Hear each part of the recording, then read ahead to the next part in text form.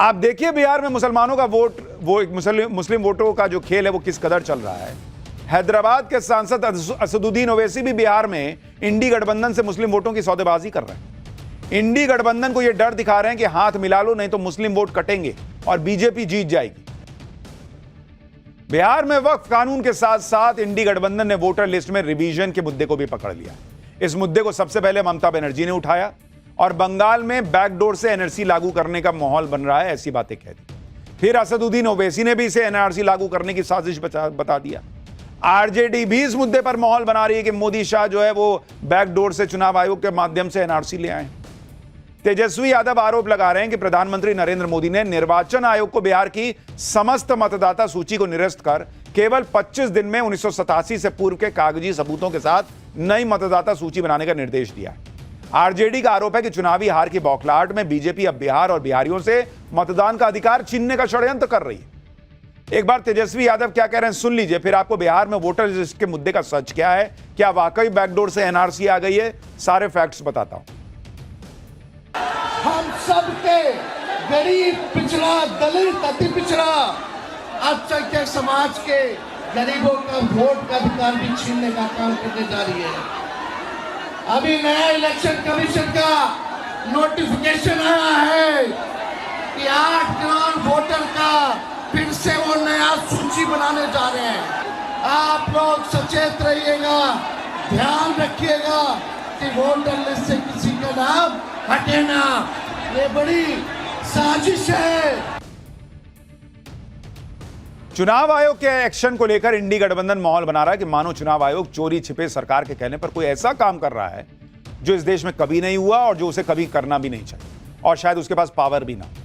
लेकिन इस पूरे विवाद का सच क्या है आपको विस्तार से बताता हूं। दरअसल चुनाव आयोग के पास यह पूरी ताकत है कि वो वोटर लिस्ट का रिवीजन कर सके और उसे दुरुस्त करने के लिए अभियान चला सके। इलेक्शन कमीशन के पास स्पेशल इंटेंसिव रिवीजन यानी SIR की पावर है। Representation of the people act 1950 के सेक्शन 21 के तहत और संविधान के आर्टिकल 326 के तहत इलेक्शन कमीशन को यह अधिकार मिला हुआ है।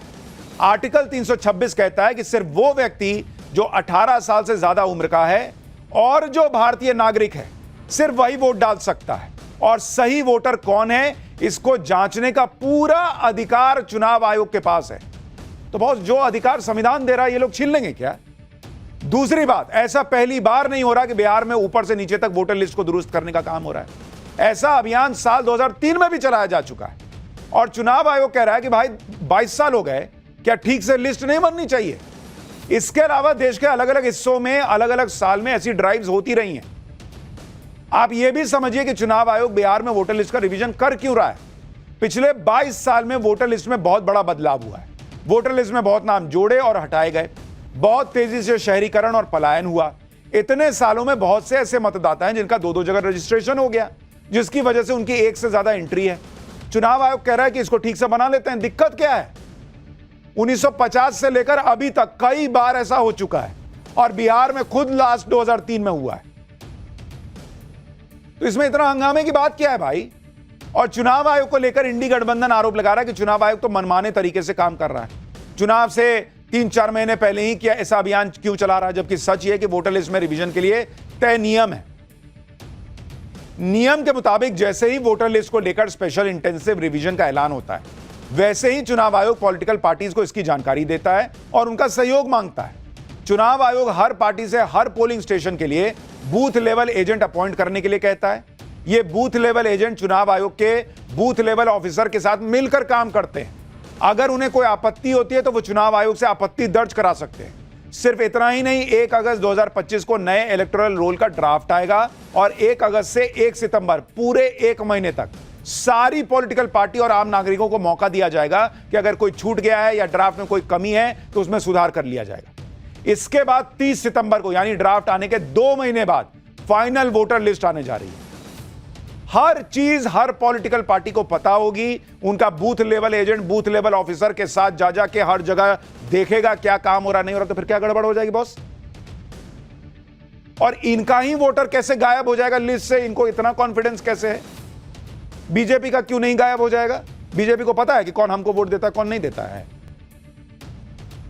और सबसे बड़ी बात, आज तक तो कहते थे कि ईवीएम में खेला करके यह सब होता है, अब कह रहे हैं कि वोटर लिस्ट में गड़बड़ी करके होता है। कभी कहते हैं वोट डालने के वक्त होता है। अरे मन तो बनाइए, होता कब है? ईवीएम हैक करके होता है तो वोटर लिस्ट में गड़बड़ी की जरूरत क्या है? वोटर लिस्ट में गड़बड़ी हो रही है तो फिर मानिए कि ईवीएम में गड़बड़ी नहीं होती है। लेकिन जब जैसा मन वैसा स्क्रिप्ट चला देना है। चुनाव आयोग पर इंडी गठबंधन यह भी सवाल उठा रहा है कि चुनाव आयोग ने अपने फॉर्म में 3 एज ग्रुप रखे। साल 1987 से 2004 के बीच पैदा हुए लोगों से उनके दस्तावेज और माता पिता के दस्तावेज क्यों मांग रहे हैं? चुनाव आयोग ने 1987 और 2004 का ही कट ऑफ डेट क्यों चुना? इसकी वजह भी समझिए। जिन 3 कट ऑफ डेट की बात कही जा रही है वो कहीं और नहीं बल्कि सिटीजनशिप एक्ट में लिखा हुआ है। चुनाव आयोग ने अपने मन से कोई तारीख तय नहीं की है। और जहां तक माता पिता के डॉक्यूमेंट दिखाने की बात है तो यह भी सिटीजनशिप एक्ट में लिखा है कि जिस व्यक्ति के माता पिता दोनों भारतीय हैं वो खुद भारतीय होगा पैदाइश से। तो भाई ये सिटीजनशिप एक्ट इतने साल आपकी सरकार थी, फाड़ देते, खत्म कर देते, उसको रद्द कर देते कि नहीं माता पिता के भारतीय होने का सबूत नहीं दे सकते। कानून में साफ लिखा है कि भारत के नागरिक को ही वोट देने का अधिकार होता है। उसके हिसाब से चुनाव आयोग काम कर रहा है। और माता पिता भारत के नागरिक हैं यह साबित करने के लिए कुछ डॉक्यूमेंट दिखाइएगा कि खाली कह दीजिएगा कि मेरे माता पिता भारतीय हो गया। आप यह भी देखें कि चुनाव आयोग वोटरों से जो फॉर्म भरवा रहा है उसके फॉर्म के साथ साथ कौन से डॉक्यूमेंट मांग रहा है जिसमें इनको दिक्कत हो रही है। भाई चुनाव आयोग कह रहा पासपोर्ट लगा दो, बर्थ सर्टिफिकेट है तो दे दो, बोर्ड या यूनिवर्सिटी से जारी एजुकेशन सर्टिफिकेट है तो दे दो, फैमिली रजिस्टर में तो नाम होगा वो दे दो, सरकार की तरफ से कोई जारी जमीन या हाउस अलॉटमेंट का सर्टिफिकेट है तो वो दे दो, कोई पेंशन ऑर्डर दे दो, सरकार की तरफ से जारी कोई आइडेंटिटी कार्ड दे दो, सर्टिफिकेट डॉक्यूमेंट कुछ तो होगा, किसी local authority, bank, post office, LIC से जुड़ा कोई डॉक्यूमेंट दे दो, राशन कार्ड दे दो। ऐसा कौन प्राणी है इस देश में भाई जिसके पास कोई डॉक्यूमेंट नहीं है, वो देश का नागरिक भी है, कोई सरकारी योजना का लाभ नहीं ले रहे हो, कहीं तो जाते होगे, ट्रेन का टिकट कटाते होगे, कोई तो चीज करते हो, कहीं तो डॉक्यूमेंट दिखाते होगे, कोई डॉक्यूमेंट नहीं है तुम्हारे पास। ऐसे कैसे चल रहा है भाई? और ये इतना लिस्ट दिया हुआ कि इसमें से कुछ दे दो सब मान लेंगे, लेकिन नहीं। अपनी पहचान को साबित करने के लिए हर व्यक्ति के पास इनमें से कोई ना कोई डॉक्यूमेंट तो होता ही है, लेकिन बवाल खड़ा करना है तो करना है। बाप रे बाप, ऐसा डॉक्यूमेंट मांग लिए कि अब तो एनआरसी हो रहा है बैकडोर से। चुनाव आयोग ने बिहार के वोटरों को एक और बड़ी राहत भी दे दी है। चुनाव आयोग ने अपनी वेबसाइट पर साल 2003 की वोटर लिस्ट भी डाल दी है। इसके मुताबिक बिहार के 4,96,00,000 वोटर यानी करीब 60% तो कोई दस्तावेज देने या जमा करने की जरूरत नहीं है। वो 60% वोटर तो पहले ही दस्तावेज देने की झंझट से भी मुक्त हो गए। अब बताइए, लेकिन फिर भी बिहार और बंगाल में इंडी गठबंधन पूरा माहौल बना रहा है कि बीजेपी वोटर लिस्ट से नाम कटवा रही है, एनआरसी लागू कर रही है बैकडोर से। इंडी गठबंधन के नेता जनता को ऐसे ही मुद्दों में उलझा रहे हैं, कभी वक्त का नाम लेकर, वक्फ का नाम लेकर, कभी जाति का नाम लेकर। यूपी में भी ऐसा ही खेल करने की कोशिश की जा रही है। पहले कथावाचक वाले विवाद पर ब्राह्मण वर्सेस यादव करने की कोशिश हुई, इसे लेकर इटावा में हिंसा हुई। अब एक दलित युवक की लाश मिलने के बाद प्रयागराज में भयंकर बवाल हो गया। आरोप है कि आजाद समाज पार्टी के मुखिया और सांसद चंद्रशेखर पीड़ित परिवार से मिलने प्रयागराज जा रहे थे, उन्हें पुलिस ने रास्ते में रोक लिया। इससे गुस्साए उनके समर्थकों ने आगजनी तोड़फोड़ कर दी। गुस्सा कार्यकर्ताओं ने पुलिस पर पथराव किया, कई गाड़ियों में आग लगा दी, एसडीएम की गाड़ी को भी नुकसान पहुंचाया।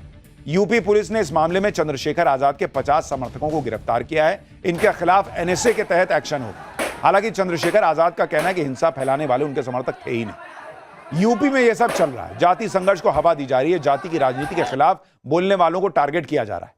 और पाठशाला में थोड़ी देर बाद आपको बताऊंगा कि यूपी में कैसे अखिलेश यादव बाबा बागेश्वर को टारगेट करने पर आ गए, कैसे बाबा बागेश्वर ने अखिलेश यादव को जवाब दिया है। आज पूरा चैप्टर थोड़ी देर में अभी खोलूंगा।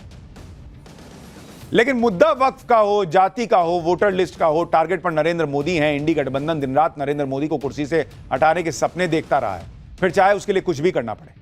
और आप देखिए कि दिल्ली में झुग्गियों पर बुलडोजर एक्शन के बहाने अब पीएम मोदी पर हमला बोलते बोलते कि ये कह दिए केजरीवाल के लोग कि पीएम के घर में घुस के कब्जा कर लेंगे, वहां घुस जाएंगे। ऐसी ऐसी धमकियां दी जा रही हैं। सुनिए अरविंद केजरीवाल के बगल में बैठकर आम आदमी पार्टी के नेता गोपाल राय क्या कर रहे हैं, कह रहे हैं, क्या बोल रहे हैं।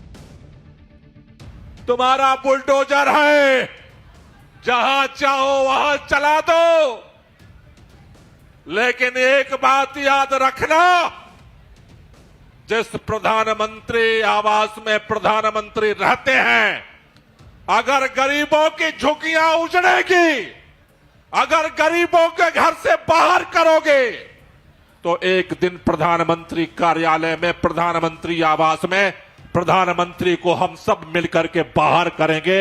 इसके लिए तैयार रहो। पूरे दिल्ली की पुलिस लगा लेना, पूरे भारतीय जनता पार्टी के नेताओं को लगा देना। अगर दिल्ली की झुग्गियों को तोड़ोगे, प्रधानमंत्री के घर में घुस करके हम कब्जा करेंगे। इसका इंतजार रखना। इससे बगैर हम भागने वाले नहीं हैं। दिल्ली हमारी है। बीजेपी कह रही है कि गोपाल राय वही बात कर रहे हैं जो बात बांग्लादेश और श्रीलंका में हो चुकी है, जहां उग्र और अराजक भीड़ राष्ट्रपति और प्रधानमंत्री के घर में घुसकर बवाल काट चुकी। अब विपक्ष चुनाव में तो नरेंद्र मोदी को हरा नहीं पा रहा, तो फिर उन्हें कुर्सी से हटाने के दूसरे हथकंडे अपना रहा है। बीजेपी कह रही है आप झुग्गी वालों को क्यों भड़का रहे हो भाई? जब झुग्गी के बदले घर दिए जा रहे हैं तो उसमें फिर झुग्गी वालों पर के साथ जो है वो इस तरह की बातें करने का क्या मतलब है? लेकिन नरेंद्र मोदी के लिए भाई घर में भी चैलेंजेस खत्म नहीं होते, कुछ ना कुछ नया नया चलता रहता है।